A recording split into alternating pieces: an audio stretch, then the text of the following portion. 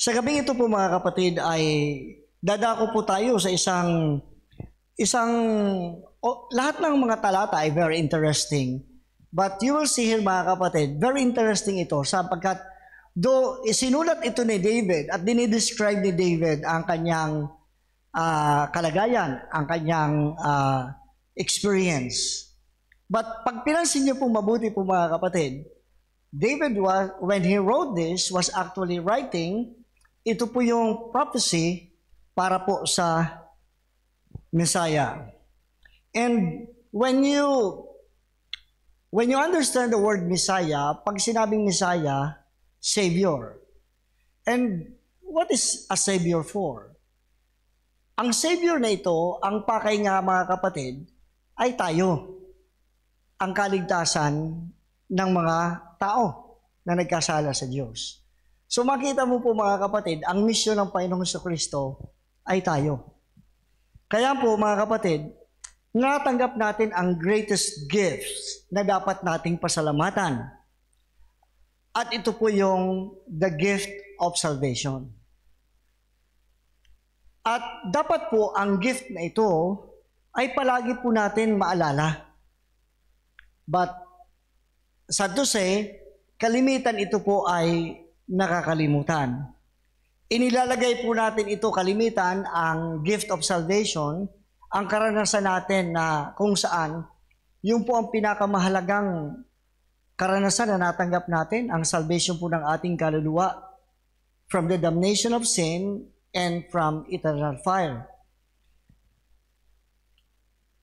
And so mga kapatid, kaya pag tinignan niyo po, ang Word of God binigay sa atin ng Panginoong Diyos upang patuloy tayong paalalahanan. And nagbigay pa ang Diyos ng ordinances. Ang isa sa ordinance ay ang Lord's Supper, ang Lord's Table. Ang purpose po ng Lord's Table, para paalalahanan tayo patuloy at palaging manariwa ang regalo ng kaligtasan na dulot sa iyo ng Panginoong Jesucristo. Now, ngayon pong gabi, gustong makita po muli sa isang anggulo kung gaano kadakila ang Diyos, ang kanyang kadakila, ang kanyang pagnanais na ikaw po at ako ay magkamit ng kaligtasan. Sapagkat ito po mga kapatid na prophecy, nung sinulat ito ni David, 1,000 years before na mangyari ito. At ngayong gabi, although binabasa natin yung sinulat ni David, David is not only our teacher here as we read Psalm 22.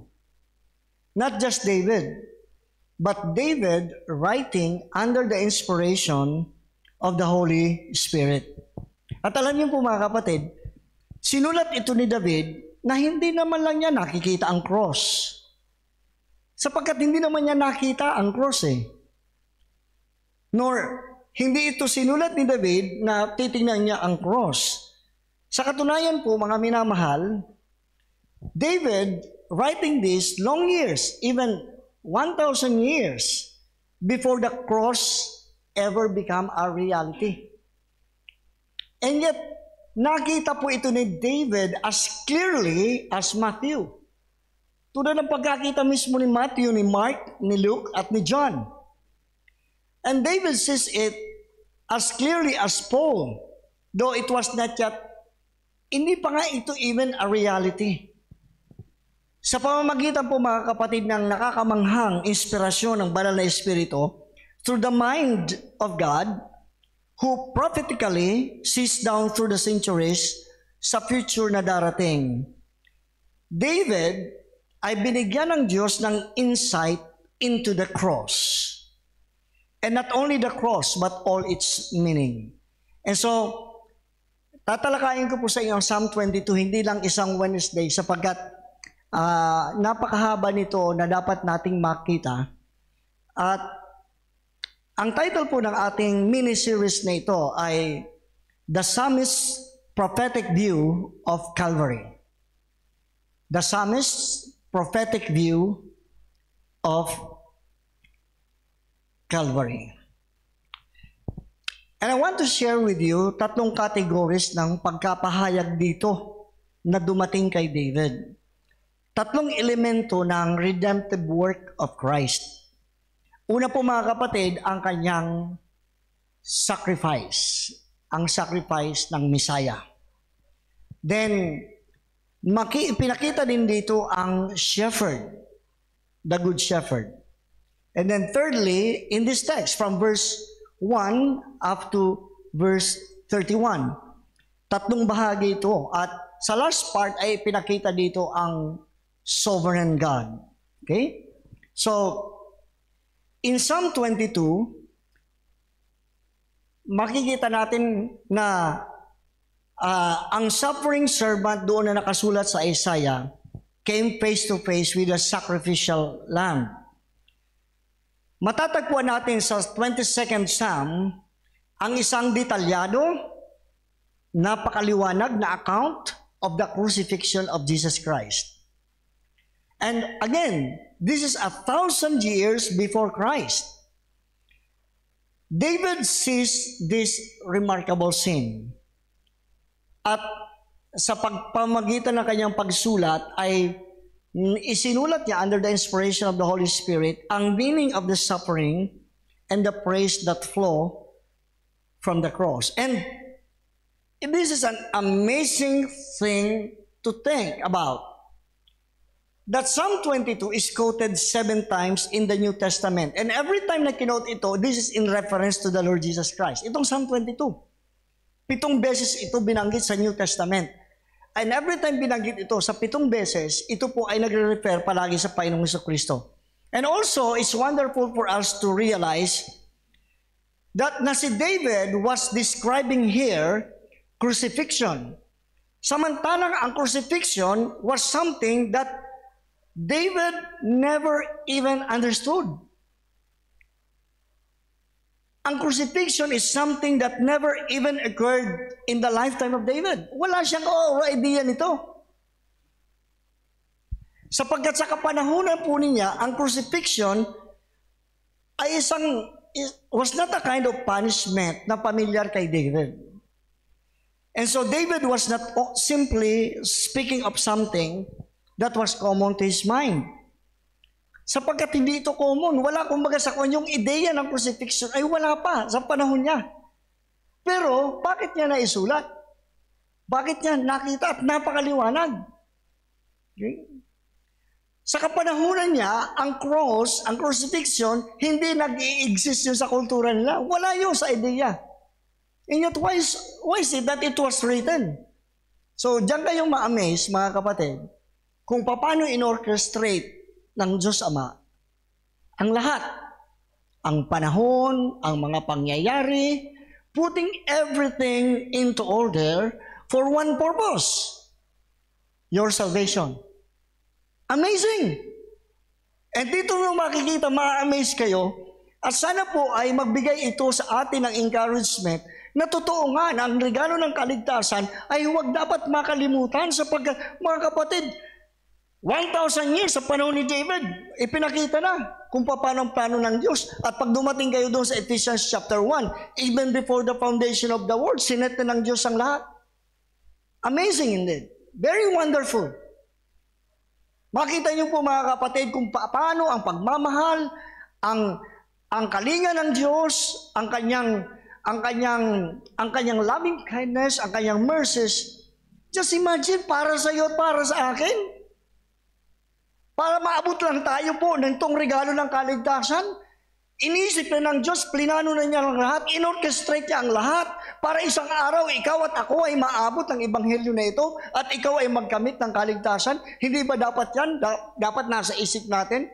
And every time we talk about the gift of salvation, di ba dapat ang puso natin ay mapuno palagi ng pagpapasalamat at pagpupuri sa Diyos? Mga kapatid, to tell you honestly, every time marinig ko ang mensahe, any message about salvation, ang puso ko ay hindi nagsasabi, salvation na naman. But every time I hear it, I thank the Lord for refreshing me of this gift of salvation.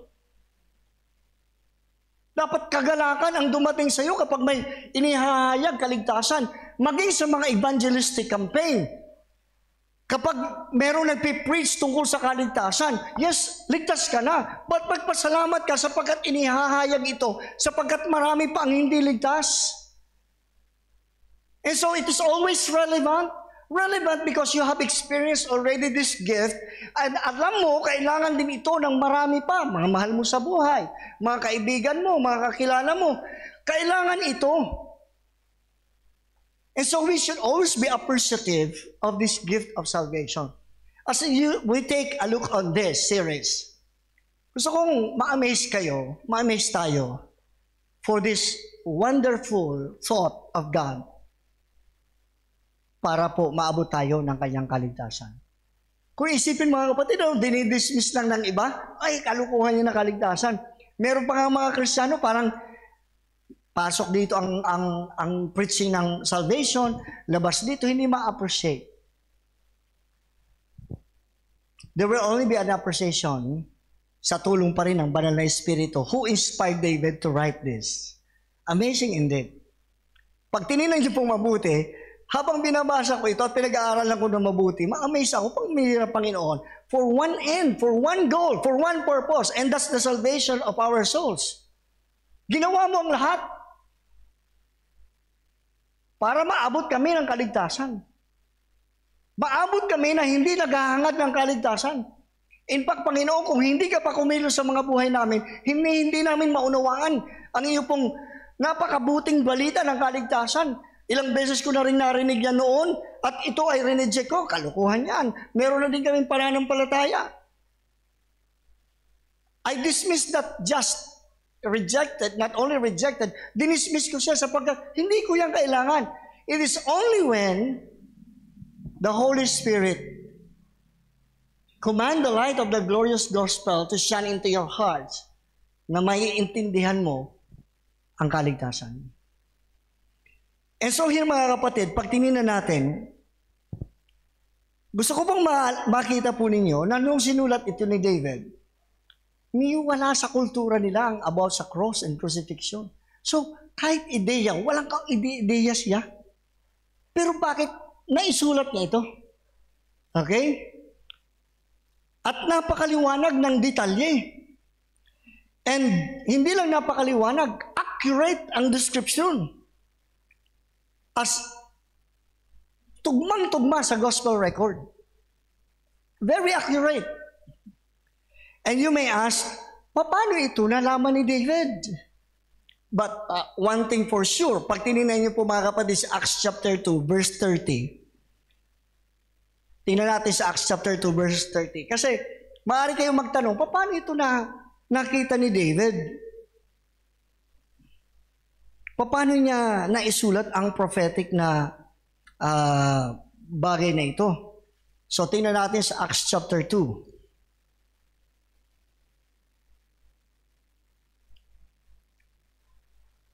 Ito yung sagot dito sa verse 30. Therefore, being a prophet, and knowing that God had sworn with an oath to him, that the fruit of his loins, according to the flesh, he would raise up Christ to sit on his throne. And he's talking about David. Basahin muna natin ang 29. Sapagkat ang tinutukoy dito si David. Tingnan natin. Men and brethren, let me freely speak unto you of the patriarch David, that he is both dead and buried, and his sepulchre is with us unto this day. Verse 30. Therefore, being a prophet, so si David pala ay hindi lang hari. David was a prophet. And so, we are given here David's insights from the Holy Spirit into a future that has not even happened. And yet, again, it is so explicit, very clear, so vivid, that we feel much like we were there on the very day he died. Para bang ikaw mismo ay, nung pagkasulat ito ni David, papansinin natin ito isa-isa. Sapagkat ang mga talatang ito ay nagkaroon po ng katugunan at fulfillment accurately doon sa crucifixion ni Jesus Christ. So ngayon po ay nandito po tayo sa part 1. At ang part 1 natin will be focusing on the Messiah on the cross. The Messiah on the cross. Sapagkat yun po mga kapatid, from verse 1 to verse 18 ng Psalm 22, it is vividly and clearly, very clear na dinescribe ni David ang suffering, ang sacrifice ng Messiah sa cross. And ulitin ko ha, ang kanyang nakita ay ang Messiah on the cross when the cross itself ay wala ang ideya nito sa panahon nila. Hindi ito bahagi ng kanilang kultura. Kaya makikita mo po mga kapatid, 1,000 years before the crucifixion, makita mo ang pagkilos ng Diyos kay David para sabihin po niya ang katunayan ng Messiah on the cross. Pag pinansin niyo po, balikan po natin ang Psalm 22. Psalm 22.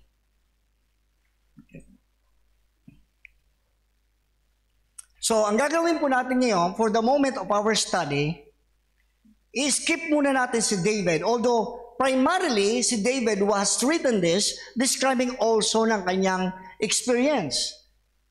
Sinusulat niya ito. But when he was describing his experience, he was actually describing the very experience of the Messiah on the cross. Very exact. Itong Psalm 22, pag kinumpara niyo po mga kapatid sa tunay sa pangyayari na during the crucifixion, ma-amaze kayo, lahat ito accurately ay naganap. Tingnan po natin. So as we consider tonight the Messiah on the cross, at mapapansin po ninyo, ito po ay prayer. My God, why hast thou forsaken me? Quite familiar, di ba? Di ba sa crucifixion, binanggit ito ni Jesus Christ? Okay. Why art thou so far from helping me and from the words of my roaring? Again, sabi ko nga sa inyo, for the moment, sa ating study, i-skip muna natin si David, we go right to Christ. And we will see in the Psalm, the Messiah on the cross. And the Messiah is praying. Okay, doon muna tayo ha, doon tayo sa mga katagang ito. Ilagay nyo ito, ang prophetic view of the Messiah on the cross. Here, from verse 1, ay makikita nyo dito mga kapatid ang isang plaintive na prayer. Ito po ay isang malalim na petisyon coming from the innermost part of his being. It is actually a cry based on 5 dahilan. And so while we will be considering the Messiah on the cross, ay nakita ni David, dinescribe niya dito ang dahilan kung bakit nandoon ang Messiah sa cross. At ano ang kanyang nararanasan? From verse 1 to 5, basahin po natin. Now, there are 5 here na makikita natin. Pero ngayong gabi po ay talakayin ko lang siguro yung 2 o 3 para mag-grasp natin ng mabuti ang mga talata. So, hindi natin siya i-shortcut para gusto kong makita nyo kung gaano kalinaw ang pagkakita ni David ay masundan din po natin. Sabi po sa verse 1 to 5, my God, why hast thou forsaken me? Why art thou so far from helping me, and from the words of my roaring? O my God, I cry in the daytime, but thou hearest not, and in the night season, and am not silent. But thou art holy, O thou that inhabitest the praises of Israel. Our fathers trusted in thee, they trusted, and thou didst deliver them. They cried unto thee, and were delivered. They trusted in thee, and were not confounded. Maaari kayo magtanong, paano ito pareho sa description kay Jesus Christ?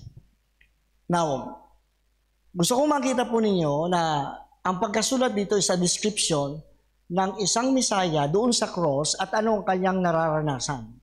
Una po mga kapatid, yung verse 1 up to verse 5, yung cause ng sacrifice doon sa suffering sa cross, ang dinidescribe doon, ang una na description dito ng verse 1 to 5 ay yung karanasan ng separation. Una ay separation. Now, we go to the cross. After 3 hours of supernatural darkness came the 9th hour. And Jesus, pained in the 9th hour by the silence of God, na kung saan ang silence he had never known in all eternity. So he cried out. And first of all, I think David shows us here that he cries out of separation. yung sense ng separation. Look at verse 1. My God, why hast thou forsaken me? Why art thou so far from helping me and from the words of my roaring? So this is an expression of the feeling of separation.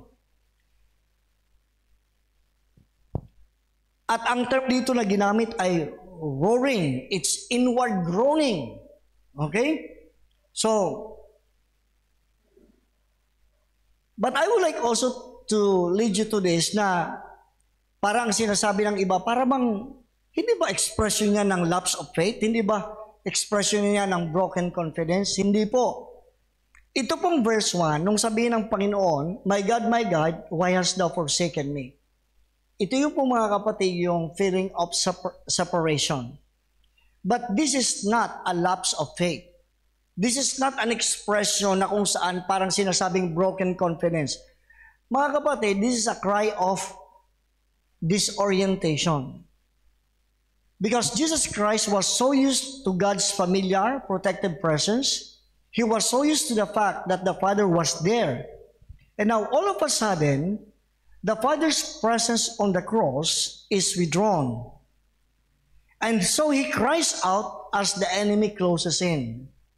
And the eternally sinless one bears all the sins of all of history. Then sa verse 2, O my God, I cry in the daytime, but thou hearest not, and in the night season, and am not silent. Now, mapapansin nyo dito that in the turmoil and the struggle and the trial of his heart, he knew that God heard him as if he were shouting at the top of his voice. At yung kanyang roaring or inward groaning reached God when it was daytime. Ito yung expression dito. And it reached God when that supernatural, unearthly darkness brought a night season of darkness over the cross in the middle of the day. Naalala yung biglang nagkaroon ng kadaliman doon sa crucifixion. All through that, this verse 2, ini-express dito that God is aware of the groanings of the heart of Christ. And again, let me emphasize that there was no lapse of faith, but a way of expressing no separation. Because it had never been like this, nor would it ever be so again. But rather, mga kapatid, hindi po ito lapse of faith, sapagkat sinundan niyo po ito ng verse 3 na nagpapakita po ng pananampalataya sa Diyos. Sabi niya dito sa verse 3, Thou art holy, O thou who inhabitest the praises of Israel. Our fathers, sabi doon sa verse 3, Our fathers trusted in thee, they trusted, and thou didst deliver them. They cried unto thee and were delivered. They trusted in thee and were not confounded. So, makikita niyo po, in so classic a fashion, makikita mo ang Messiah, this description to ng Messiah, is dealing with that feeling of separation in that particular circumstance by reaffirming two things.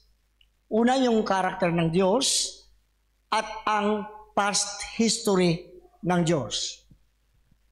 Why? Because ever and always, for the state of God, those two things remove that feeling of separation or any trial or any trouble or any anxiety. Ito pong dalawang katotohanan, ang karakter ng Diyos at ang God's past history. Pansinin po ninyo, sinabi niya doon sa verse 3, Thou art holy, na nag-a-affirm po mga kapatid na ang Diyos ay God, parang sinasabi ng Panginoon sa Kristo, God, I understand why you must pull yourself apart from me, for at this moment, I bear sin. Okay? Kaya yung feeling of separation niya because of our sin. Christ was bearing our sin, and that, sabi niya, my God, why hast thou forsaken me? That feeling of separation that never has happened before and will never happen again, ay naranasan ng Panginoon Jesucristo Dahil po sa kanyang pagbata ng ating mga kasalanan, at sinasabi niya dito, sapagkat ikaw, Diyos, ay banal, you separated from me because I'm the one bearing the sin of mankind. I was the one bearing your sin. At nakita dito po mga kapatid, ang Panginoong Jesucristo dito naranasan niya. Ini-express niya mga kapatid yung feeling of separation. It's not because of distance, but because of the cause that we have in Him. That during that time that He was bearing our sin, in-express niya dito, Panginoon, ikaw ay banal. At dito po mga kapatid, ay reaffirm ng Messiah ang holy character of God. And then He reaffirms the past history that God has never forsaken His people and He will not forsake His Son. Ito po mga kapatid, yung expression nito, pansinin po nyo sa verse 3. Thou art holy, O thou that inhabitest the praises of Israel. Yung description dito, our fathers trusted in thee, they trusted and thou delivered them. They cried unto thee and were delivered. They trusted in thee and were not confounded. So he was expressing here the character of God as holy, and he was expressing here the God's past history of God, that He never forsake His own people. So sinasabi niya dito, it really reaffirm actually ni Jesus Christ. Kaya nasabi ko sa inyo, na ang talatang ito ay, nung sabihin ng Panginoon sa Kristo, my God, why hast thou forsaken me? It is never a lapse of faith. It is never yung pong an expression of broken confidence. No, pag binasa nyo ang verse 2 at verse 3, makikita nyo dito po mga kapatid, na in-express lang ng Panginoong Kristo dito, yung Messiah on the cross, ay in-express lang niya po mga kapatid, ang feeling of separation. Ulitin ko, that never happened before and will never happen again. It only happened at the cross. When He was bearing the sin of man, doon, dahil ang Diyos ay banal, the character of God, dahil ang Diyos ay banal, yung feeling of separation, sabi ni Jesus Christ, why hast thou forsaken me? But at the same time, on verse 3, ay really reaffirm niya ang past history ng Diyos, na ang Diyos kailanman ay hindi niya iniiwanan ang kanyang people, and much more so, His very own Son.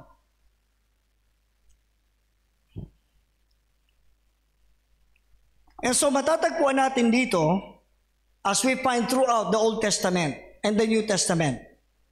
And as I hope you have found sa inyo pong mismong karanasan, when you come to a situation which seems to have no resolution, when you are disoriented because there is no explanation sa nangyayari sa iyo, before you fall to the sin of doubting God, reaffirm who He is and what He has done, and be confident in that very thing.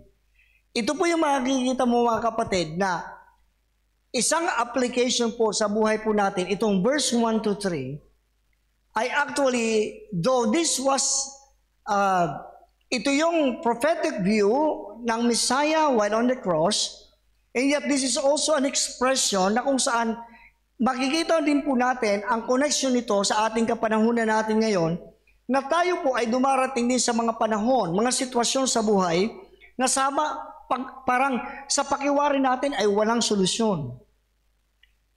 And when we come to being disoriented, because, di ba nadi-disorient tayo kapag meron nangyayari sa buhay natin na hindi natin mag-grasp an explanation, why is this happening to me? So, ang lesson dito ay ganito, before we fall into the sin of doubting God, i-reaffirm natin kung sino siya at anong kanyang ginawa. And be confident in that very thing. Ito po mga kapatid ang makikita nyo sa verse 3. So, the Son reasons that the Father has forsaken Him and there is a separation because the Father cannot tolerate the very sin which He, the Son, at that moment is bearing. Now listen. Sa halip po na ang anak ng Diyos questioning whether God pities him, the Son praises God for a proper reaction in holiness. Pag tinignan niyo po mga kapatid, there is actually no questioning here. Si Jesus Christ, ang Messiah on the cross, is not wondering about whether God is merciful. He does not question why God would let this happen. He affirms that it must be the proper reaction of His absolute holiness. Ulitin. Rinire-affirm dito ng Messiah na ang absolute na reaction ng holiness ng Diyos ay kaparusahan sa pagkakasala.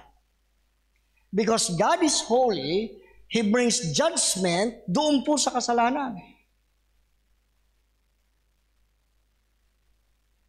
And so, makikita niyo po dito mga kapatid, na ang Diyos dito in-express ng Messiah on the cross is a covenant-keeping God. And He knows that as the Son, He has an eternal covenant within the Trinity that will never be broken. And so, the Messiah is affirming in his mind that God is not looking because He is holy, and that God will put it together again because He has an internal relationship with Him. So, ito pong pangyayari ito na description, which is doon sa crucifixion, is only temporary. At matatagpuan niyo po mga kapatid sa verse 4 is an expression na hindi po siya nag-flounder sa kanyang grief. Sabi po sa verse 3, thou, and then you have thou again in verse 4. And then matatagpuan niyo thee in verse 5. And then you have thee again in verse 5. So, pinapakita dito na ang Messiah while on the cross was holding on to the divine character of God. And every one of those in the Hebrew ay isang emphatic use of the pronoun. The affirmation of God strengthened him even in the moment of separation. He was forsaken for the very purpose that God is holy. And at that very moment, He was bearing the sin of man. That's why there was a feeling of separation indeed. Pero He never lost His confidence in the character of the Father. So, ito po mga kapatid, ang description, verse 1 to 5, nung sinusulat ito ni David, yung karanasan ng Messiah on the cross. It is actually an expression of the feeling of separation. And then secondly, it expressed dito from verse 6 to 8, yung feeling of scorn. Okay? Feeling of scorn. Verse 6 to 8. Basahin po natin verse 6 to 8. This is the generation of them that seek Him, that seek thy face, O Jacob, Selah. Lift up your heads, O ye gates, and be ye lift up. Ye everlasting doors, and the King of glory shall come in. Who is this King of glory? Verse 22. 6. Sabi sa 6, but I am a worm and no man, a reproach of men and despised of the people. All they that see me laugh me to scorn. They shoot out the lip, they shake the head, saying, He trusted on the Lord that He would deliver him. Let Him deliver him, seeing He delighted in him. Makikita niyo po mga kapatid, exactly, ito yung description na karanasan ni Jesus Christ on the cross. So makikita niyo po ang feeling ng scorn, pang-alipusta, pangungutya, ano? Sabi dito, sabi niya dito, but I am a worm and no man, a reproach of men and despised by the people. Now, this is actually an amazing language for the Son of God. A worm, no man, less than human, a reproach, despised. What does this mean? Sa Isaiah 52 verse 14, it says there, His visage or His face was so marred more than any man, and His form more than the sons of men. Isaiah 53 says, there was no beauty in Him that men should desire Him. Now, this is the description nung actually po mga kapatid, ang napakalapit, di ba maraming po ang nagdepict sa pelikula ng crucifixion ni Jesus Christ. ang pinakamalapit na nakagawa nito ay yung ginawa ni Mel Gibson, The Passion. Okay? So, pero hindi pa eksakto yun. Sapagkat ang description sa Isaiah 52 verse 14 na ang kanyang mukha was so marred more than any man, and his form more than the sons of men. And then sa Isaiah 53, sabi niya, wala kang matatagpuan na beauty sa kanya that men should desire him, sa kanyang kalagayan during the suffering. Naalala niyo po mga kapatid kung paano ang ginawa sa Panginoong Jesucristo. They had beaten him raw, crippled his body. They had crushed a crown of thorns into his face. And on top of that, nandoon po ang spit, ang mga slaps, and the plucking of his beard that left his face a mass of blood. And he was not a pretty sight. He was despised. He was rejected. There was scorn. Verse 7, sabi pa nga doon sa verse 7, all they who see me laugh me to scorn. And so his cry to the Father came from the scorn that he bore. So, una po mga kapatid, yung kanyang cry dito, my God, why hast thou forsaken me, was a cry because of that feeling of separation at the very moment. And also, that cry because of the scorn. Sipin niyo po mga kapatid, Son of God, ha? Son of God. Can you just imagine? In the beginning was the Word, and the Word was with God, and the Word was God. And the Word became flesh and dwelt among men. And on that very time that He was suffering, during sa kanyang scourging, sa kanyang suffering at the cross, sa kanyang crucifixion, can you just imagine the Son of God turned into something that can be rejected of men? For what purpose? Para sa atin.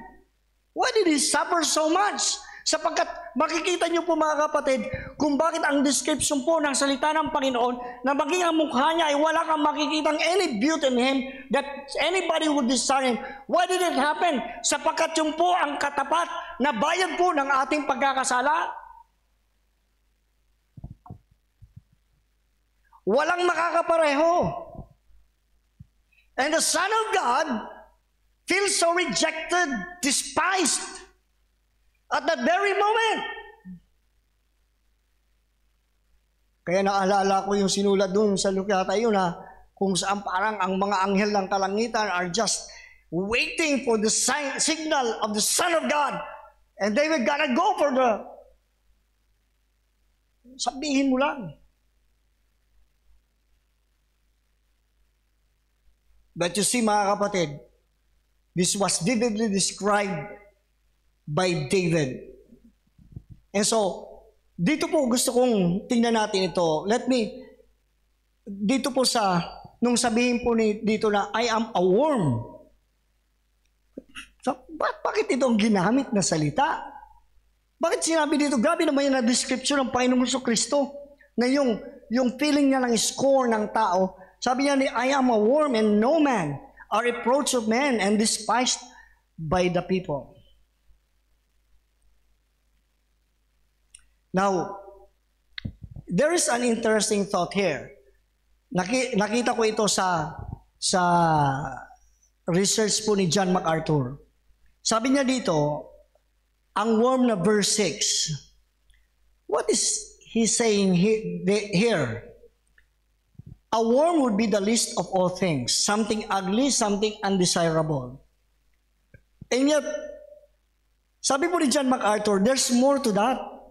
Sapagkat yung Hebrew word ng worm ay tolat. Tolat. T-O-L-A-T-H. Okay. At kapag sinundan nyo daw po ang salita na tolat through all the Testament, you will find something very interesting.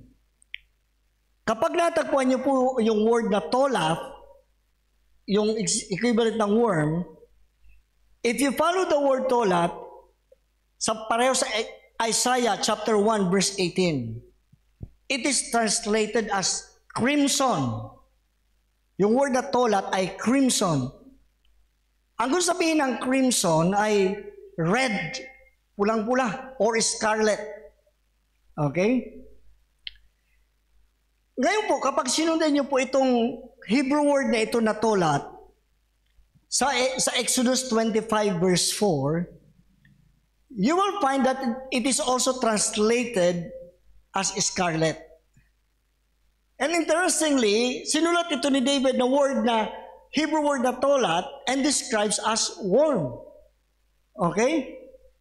Now, maaari tayong magtanong, why would the same Hebrew word be worm in one place in Psalm 22 and scarlet o pulang-pula or crimson in another place, na tulad ng Isaiah o tulad ng Exodus 25 verse 4? Parang seemingly walang connection at all until you find out, sabi ni John MacArthur, when you study history, sabi niya, binalikan niya ang history at doon po nakita niya na meron palang worm na tinatawag na scarlet worm.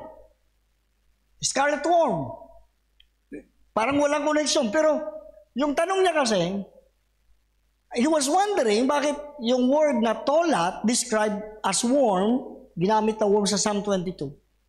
Sa ibang bahagi, tulad ng Isaiah 1:18 at Exodus 25 verse 4, the same Hebrew word na tolat, translate po siya as scarlet or red or crimson. Sabi ni John MacArthur, parang mukhang walang koneksyon. Pero nung pinag-aralan niyang history, he found out na meron palang worm na tinatawag na scarlet worm. At ang worm, mga kapatid, na tinatawag na scarlet, became the scarlet worm for one simple reason. Itong maliit na uod ay source ng fluid which was used by the ancients para gumawa ng scarlet o pula na dye, pangkulay. Ulitin ko ha. Kaya tinawag siya na scarlet worm sapagkat itong uod na ito, kaya tinawag siyang gano'n sapagkat ito po ay meron pong fluid sa loob niya na ginagamit po ng ancient people para gumawa po sila ng pula na pangkulay. And kapag ito na little creature na ito ay dinurog mo, lumalabas dito ang makapal at mapula na fluid. At ito ay when diffused ay ginagamit po bilang pangkulay. So dito po mga kapatid, sabi ni John MacArthur, this is now the connection. Sabi niya, Jesus Christ in a sense became that scarlet worm. Didn't he? Sabi niya. He appeared to be ugly, and yet when his life was crushed out, the blood that came out of him became the source not hindi to change the color of somebody's garments, but of changing the destiny of somebody's eternity. The scarlet worm. Napakaganda ng description na, no? Kaya mga kapatid, sabi ko, kahit ako nung binabasa ko ito, sabi niya, sa verse 6, but I am a worm. Parang walang connection, no? Pero ngayon, naunawaan natin, sabi ni John MacArthur, pambira kahit daw siya nung makita niya ito sa pag-aaral ng history, meron palang scarlet worm. Tingnan niyo ang connection ha, sapagkat sinabi doon ni David, description ng Messiah sa cross, ang pakiwari niya ay siya isang parang uod. Ang word na ginamit doon ay tolat. And yet the same word ay ginamit sa ibang bahagi na nagdi-describe ng scarlet. It's actually the term in English, scarlet or crimson, red, pulang-pula. Then, itong scarlet worm na ito, kapag piniga mo, ay lalabas po ang fluid sa kanya na makapal, thick, na kulay pulang-pula.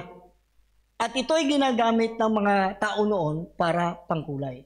And so now, nakita ngayon, sabi ni John MacArthur ang description, na parang dinescribe dito ni Jesus Christ ang sarili niya na parang scarlet worm, na he appeared to be ugly, and yet when his life was crushed, the blood that came out of him, ay hindi tulad ng scarlet worm, sapagkat ang scarlet worm ay nagbago lang ng kulay ng kanilang damit. Samantalang ito, nung description ni Jesus Christ, when blood trickled from Calvary's cross, it was enough to change the destiny of someone's eternity. Praise be to the Lord God.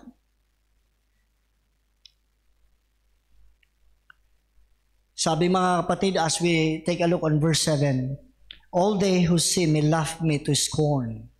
They shoot out the lip, they shake the head. Nakita niyo yan mga kapatid? Napakaliwanag. Sabi dito, in another translation, they stick out the lip and shake the head. They mock him.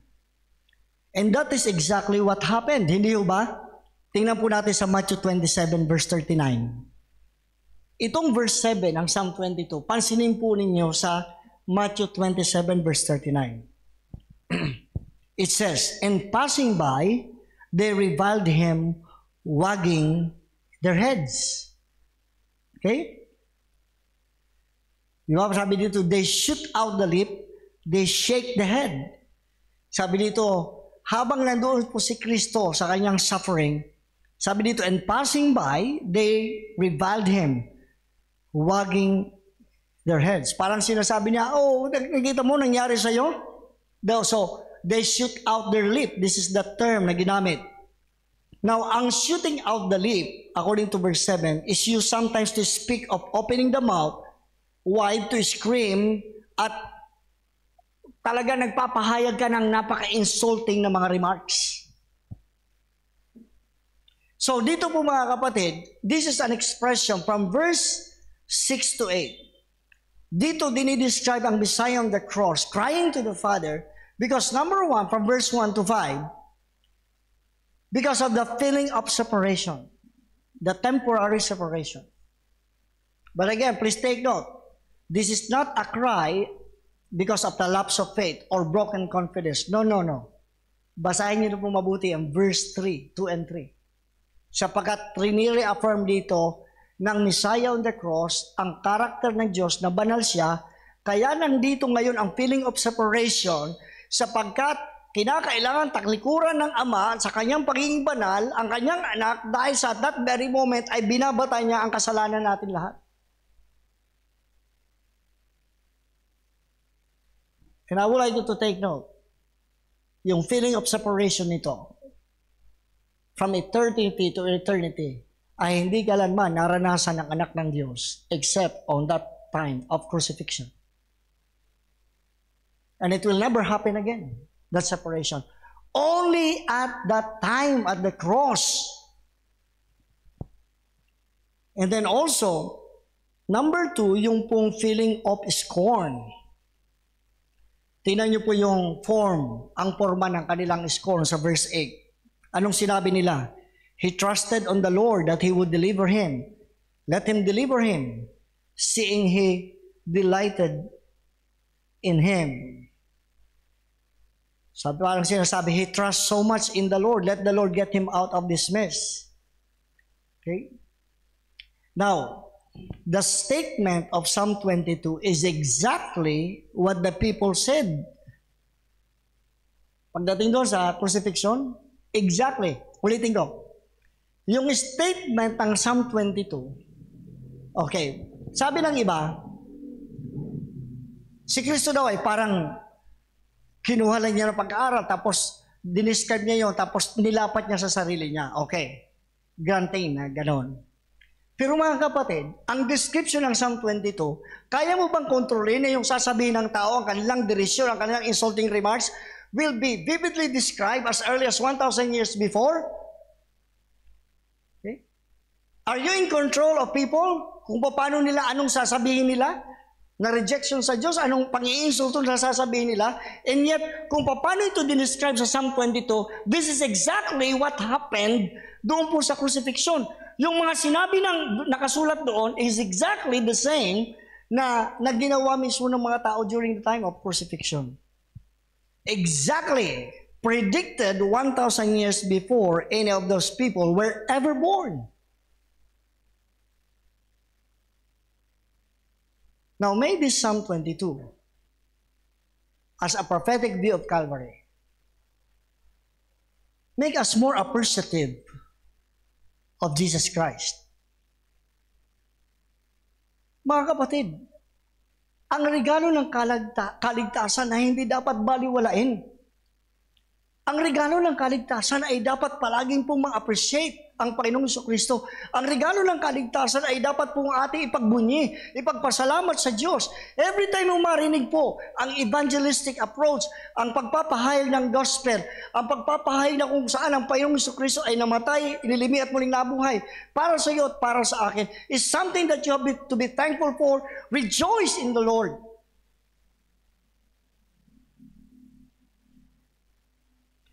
And if you don't understand this, kapag hindi mo maintindihan ito, you just go through the motion. Kaya may mga Kristiyano po mga kapatid, dahil hindi nila naiintindihan kung gaano talaga ang paghihirap ng Messiah on the cross para sa akin, para bang kwento lang na ito, okay, kailangan ko ang Panginoong Jesucristo, tanggapin ko, ligtas na ako. And you never realized kung gaano kalalim, kung gaano kabigat ang sakripisyong ginawa niya para maging posible lang sa iyo ang kaligtasan. And so, when we forget that, we dismiss the gravity, the wonder of Christ and the gift of salvation. Kapag nakalimutan natin yan, para bang ang Diyos pang may utang na loob sa ating dapat paglilingkod. Na dapat ba, parang ang Diyos pa ang nangangailangan sa atin para tayo po ay dumalo kapag Sunday or Wednesday.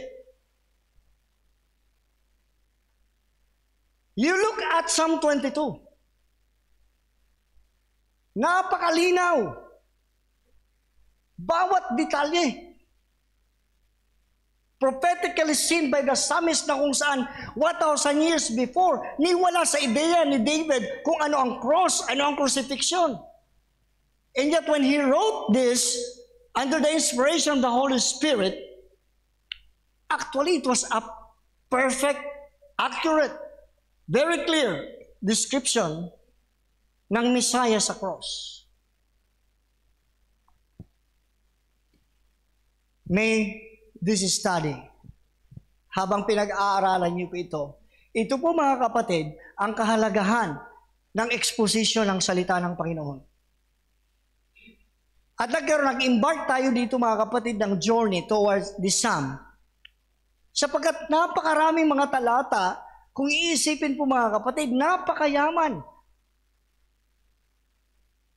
ng mga katotohanan para sa atin na hindi natin nakikita, kaya hindi natin na-appreciate at hindi nagkakaroon ng impact sa ating pong mga buhay. Do you think it would be different when you understand this? Kapag nakita mo sa anggulo na ito, kung paano plinano ng Diyos in-orchestrate ang lahat, to the goal that He will come, die, suffer on the cross, buried and rise again, for one purpose. I came that you might have life. And for that to happen, that is not very simple. Sa atin napakasimple, parang napakadali. That we believe on Him, and then we believe, and then nandito na ang regalo ng kaligtasan. But the one who bore it, the one who executed it para mangyari yan, it took so much. Why? Bakit ganito ang description mga kapatid? Ulitin ko mga kapatid. Sapagkat yung po ang katumbas ng bigat ng ating mga kasalanan na binata ng Panginoong Jesucristo ang anak ng Diyos para maging posible ang kapatawaran sa atin. And so, sino dapat ang maging mapagpasalamat sa Kanya? Tayo! Sino dapat ang makita ng appreciation, ng paglilingkod na tama at totoo, ng katapatan? Tayo! Sapagkat siya ay tapat. Sabi nga ng isang awitin, he could have said, I'm not guilty. He could have said, hindi ko na gagawin ito. Sabi nga ng awit na yun, hindi ako parang, I could have said, I'm not guilty. I could have said, hindi ko na gagawin ito. But he was so determined to bring that gift of salvation to you and me.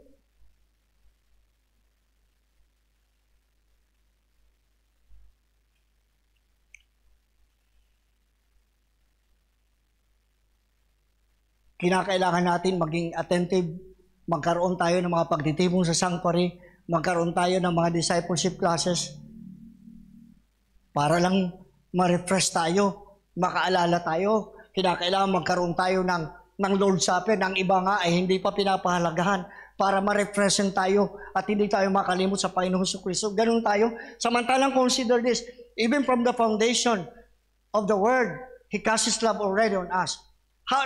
Consider this, habang nandoon siya sa cross, we were on His mind, we were on His heart. Samantalang tayo, ang dali nating makalimot.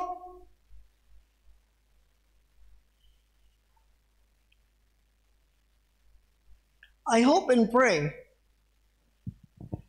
na yung lalim po mga kapatid ng kahulugan na exposition ng salita ng Diyos ay magbunsod sa atin para tingnan mo sa isang napakahalagang anggulo ang sakripisyo ng Messiah on the cross para lang sa iyo at para sa akin. And may it bring us to more appreciation, to more faithfulness in our worship, in our service to God.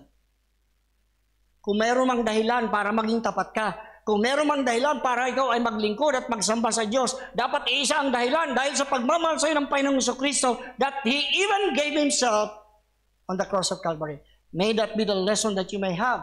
May that be the motivation, the very reason why we are serving the Lord. When we go to the church of God, nothing else. Dapat ang makita mo, ang cross ng Panginoon, the Messiah on the cross. Let it be the reason and nothing else more. May this be the lesson that we will get from Psalm 22.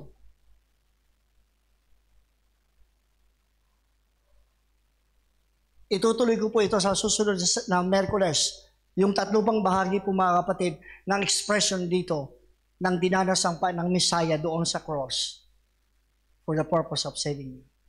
All heads bowed, please, all eyes closed. Lahat ng ulo na kayo ko, lahat ng mata nakapikit. O Lord God, our gracious and heavenly Father, we come to you, Lord God. Sa katunayan, Panginoon, ay nandito kami, Panginoong Diyos, para humingi sa iyo ng tawad sa malimit na pagkakalimot namin, Panginoong Diyos, sa iyo, Panginoong Jesucristo. Sa katunayan, Panginoon, hindi lang ikaw ay nawaglit sa aming kaisipan, kundi ikaw din ay nawawaglit sa mga puso namin.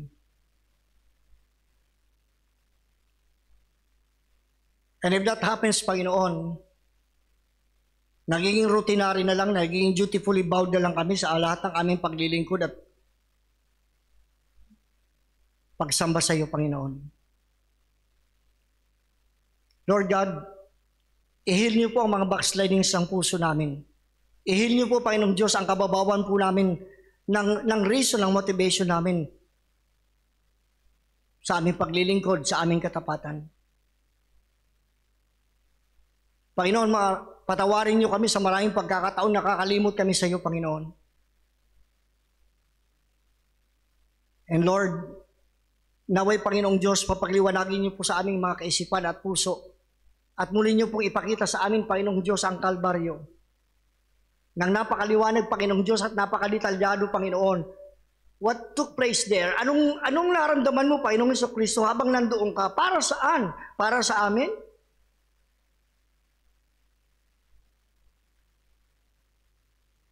Then after saving us, matatagpuan mo kami, Panginoong Diyos, sa mga lugar ng kawalan ng katapatan. Matatagpuan mo po kami, Panginoong Diyos, sa mga paglilingkod na kung saan pakiwaran namin ay para lang dahil sa duty. Panginoon, you don't deserve that kind of service and worship. Lord, I pray, may you bring healing to our souls. May you refresh us, Lord God, kung gaano mo kami minahal. At yun ang mag-motivate sa amin, Panginoon, na ang pag-ibig mo na yun ang siya mag-constrain sa amin, Panginoon, na magmahal sa iyo at maglingkod sa iyo ng tama at totoo. Lord, heal our backsliding hearts, heal our souls. Ito pang aming dalangin sa iyo, Panginoong Jesucristo. Amen and amen.